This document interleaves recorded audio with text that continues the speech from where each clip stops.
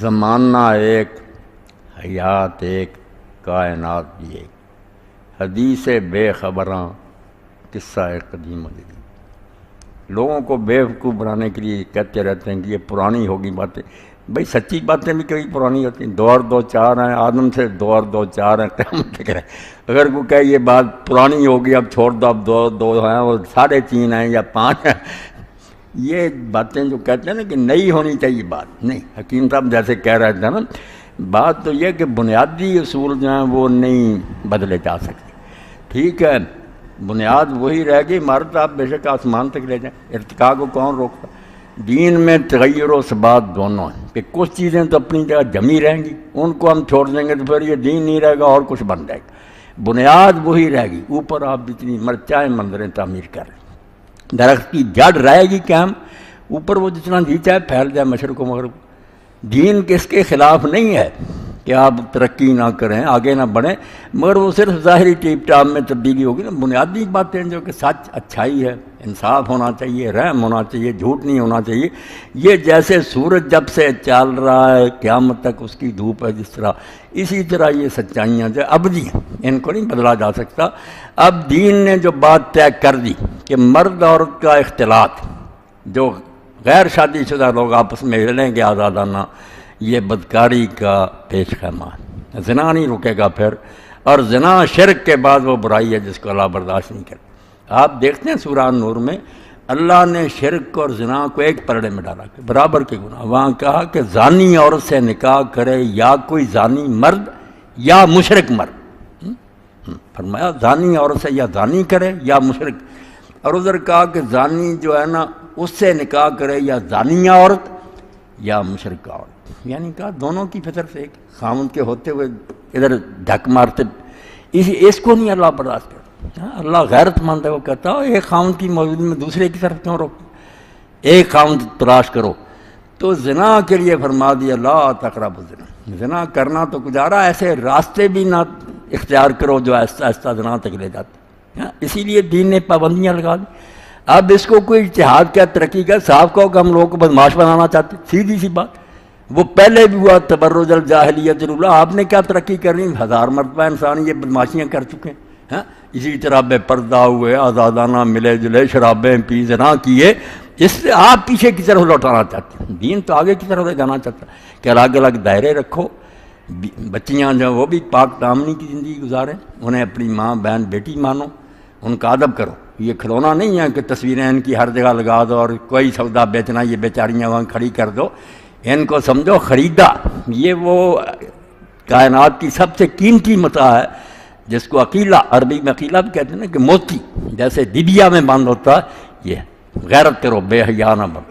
تو اب ان چیزوں کو بدلنا چاہتا ہے تو بھائی وہ اسلام پر مہربانی کرے، اس کو نہ بدنام کرے، جس راستے پر جانا چاہتا جائے۔ دین نہیں اس کو ہضم کر سکتا کہ مرد عورتیں جو اکٹھی ہوں۔ طواف کعبہ میں ایک عورت نے کہا حضرت ام المؤمنین عائشہ صدیقہ رضی اللہ عنہا سے کہ میں حجر اسود کو بوسہ دینا چاہتا ہوں، فرمایا ہمارا وہاں کوئی حصہ نہیں، مردوں کو بوسہ دینے دو، کیا مذاق تم نے بنایا ہوا، ہمیں کوئی حکم نہیں دیا گیا کہ ہم حجر اسود۔ اب ٹھیک ہے وہاں اسی طرح ادھر عورتیں ادھر گڑبڑ ہوئی ہے، مگر آپ دیکھ رہے کہ اماں نے کیا کہا میں بالکل نہیں جاؤں گی، اور ایک نے کہا کہ میں طواف میں تھی، کبھی بوسہ دیا کبھی ویسے گزرے، فرمایا کیا ضرورت تھی، کیوں مردوں کے ساتھ خلط ملط ہوئی، جب سامنے جاتی تھی لا الہ الا اللہ اللہ اکبر کہتی گزر جاتی۔ یعنی دین اس موقع پر بھی جہاں عبادت کے لیے جمع اللہ کا گھر، وہاں بھی نہیں چاہتا یہ گڑبڑ ہوں۔ تو یہ کہتے ہیں کلبوں میں، شراب خانوں میں، جوا خانوں میں چلیں، اور اس کو ترقی کہتے ہیں۔ ترقی نہیں، اللہ نے کہہ دیا تھا الجاہلیت الاولی۔ یہ بیوقوفی اور نادانی تو بار بار ہوئی، روم میں ہوئی، یونان میں ہوئی، مصر میں، جہاں یہ مرد و عورت اکٹھے ہوئے ہیں وہ برباد ہو گئے معاشرے۔ اور مولانا مودودی رحمۃ اللہ علیہ کی کتاب الحجاب، پردہ، وہ تو اسی پر تاریخی طور پر انہوں نے دکھایا کہ دیکھ لو جس معاشرے میں یہ ہوا بچا، پھر کوئی طاقت اسے نہیں بچا سکی۔ یہ زنا اور بدکاری کا پیش خیمہ ہوتا شروع ہو جاتا، پھر روکنا بھی چاہتے ہیں نہیں رک سکتا، حرام کے بچوں سے گلیاں بھر جاتی ہیں۔ اب حکومتوں نے ٹھیکہ لے لیا کہ جنتی جاؤ اور حکومت کو دے دو، وہاں ان کو بہت سنبھال رہی حکومت، حرامی بچے جن کو نہ باپ کا پتہ نہ۔ تو یہ اس کو ترقی کہتے ہیں جس کو اللہ کہتا ہے الجاہلیت الاولی۔ تو بنیادیں نہیں تبدیل ہوں گی، سچی بات۔ اس کو فنڈامنٹلزم کہیں، جو جی چاہے کہیں، نام رکھنے سے کیا ہوتا، دین ہے یہ، کہ دین کی جو بنیادیں ہیں نا یہ نہیں تبدیل ہوں گی۔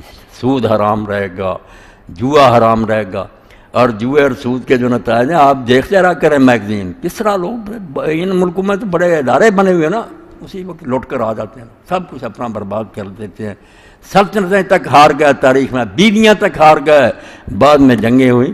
اللہ اگر روکتا کہ بھائی یہ تباہی کے راستے ہیں تو حدیں قائم رہنے دو، اس کے اندر جہاں تک جی چاہے جاؤ۔ علامہ اقبال رحمۃ اللہ علیہ کی ربائی اس تغیر و ثبات کے بارے میں بے نظیر تبصرہ، ترقی اور اپنے جگہ بھی نہیں چھوڑ۔ بمنزل کوش مانند محل، وہ کہتے ہیں چاند نکلتا پہلی رات کا، پھر اگلے دن بڑا ہوتا، بڑھتا جاتا، بمنزل کوش مانند محل، وہ نئے چاند کی طرح اپنی منزل کی طرف کوشش کرتا جا، جہاں تک چاہے پہنچ جا، آسمانوں تک پہنچ جا۔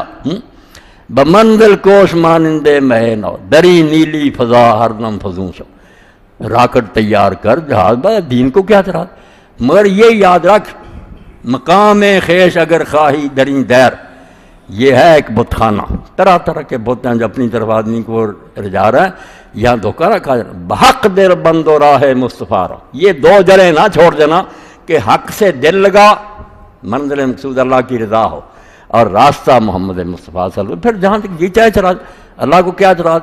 مگر اگر یہ بنیادیں ہی ختم ہو گئی تو آپ پھر اگر سور کا نام بکرا رکھنا چاہتے ہیں تو وہ بکرا نہیں بنے گا، آپ لوگ خود بھی بیوقوف ہیں، لوگوں کو بیوقوف، بکرا بکرا ہے، سور سور ہے، تو کفر جو ہے نا وہ دین نہیں بنے گا، اس کو الگ رہے، دین کو قائم رکھ کر پھر جہاں تک جی چاہے چلے گا نا۔ اور آپ دیکھتے ہیں کہ جہاں جہاں مسلمانوں نے حکومتیں کی، یہ گھاس نہیں کھودتے رہے، دنیا میں آج بھی وہ تاریخ موجود ہے۔ یہ احسان مند ہے یورپ کے جو اچھے لکھنے والے لوگ کہ اگر قرطبہ اور غناطہ کی یونیورسٹی میں ہم نہ جاتے، وہ کہتے ہیں ہم نے تو اس زمانے میں دیکھا کہ جو صفائی کا انتظام ہے کہ ایک تنکا نظر نہیں آتا، اور جو مدرسے تھے اور جیسے مکانات تھے، جیسے باندھے ہوئے تھے زراعت کے لیے، تو ساری ترقیاں دین بتاتا، کوئی رہبانیت نہیں سکھاتا، مگر بنیادی باتیں جو جڑ قائم رہنی چاہیے، پھر شاخیں آسمان تک بھی چلی جائیں تو کوئی بات۔ تو اللہ ان کو بھی ہدایت دے، بہرحال مسلم کہلاتے ہیں، ارشد الائمہ ہی کہنا چاہیے کہ ان حکمرانوں کو بھی اللہ ہدایت دے، اور جن کے چنگل میں یہ پھنسے ہوئے ہیں ان سے نکلنے کی انہیں توفیق اللہ دے۔ وہ ہمارے خیر خواہ نہیں، بدترین دشمن ہے، اللہ کی کتاب کہہ رہی کہ تمہارے خیر خواہ نہیں ہو سکتے، ان سے جان چھوٹ گئی تو شاید یہ پھر کسی سیدھی راہ پر آ جائیں۔ وآخر دعوانا الحمدللہ رب العالمین۔ اللہم صلی علی سیدنا و نبینا محمد وآلہ وصحبہ وبارک وسلم۔ ربنا افرغ علینا صبرا وثبت اقدامنا وانصرنا علی القوم الکافرین۔ ربنا لا تجعلنا فتنة للقوم الظالمین ونجنا برحمتک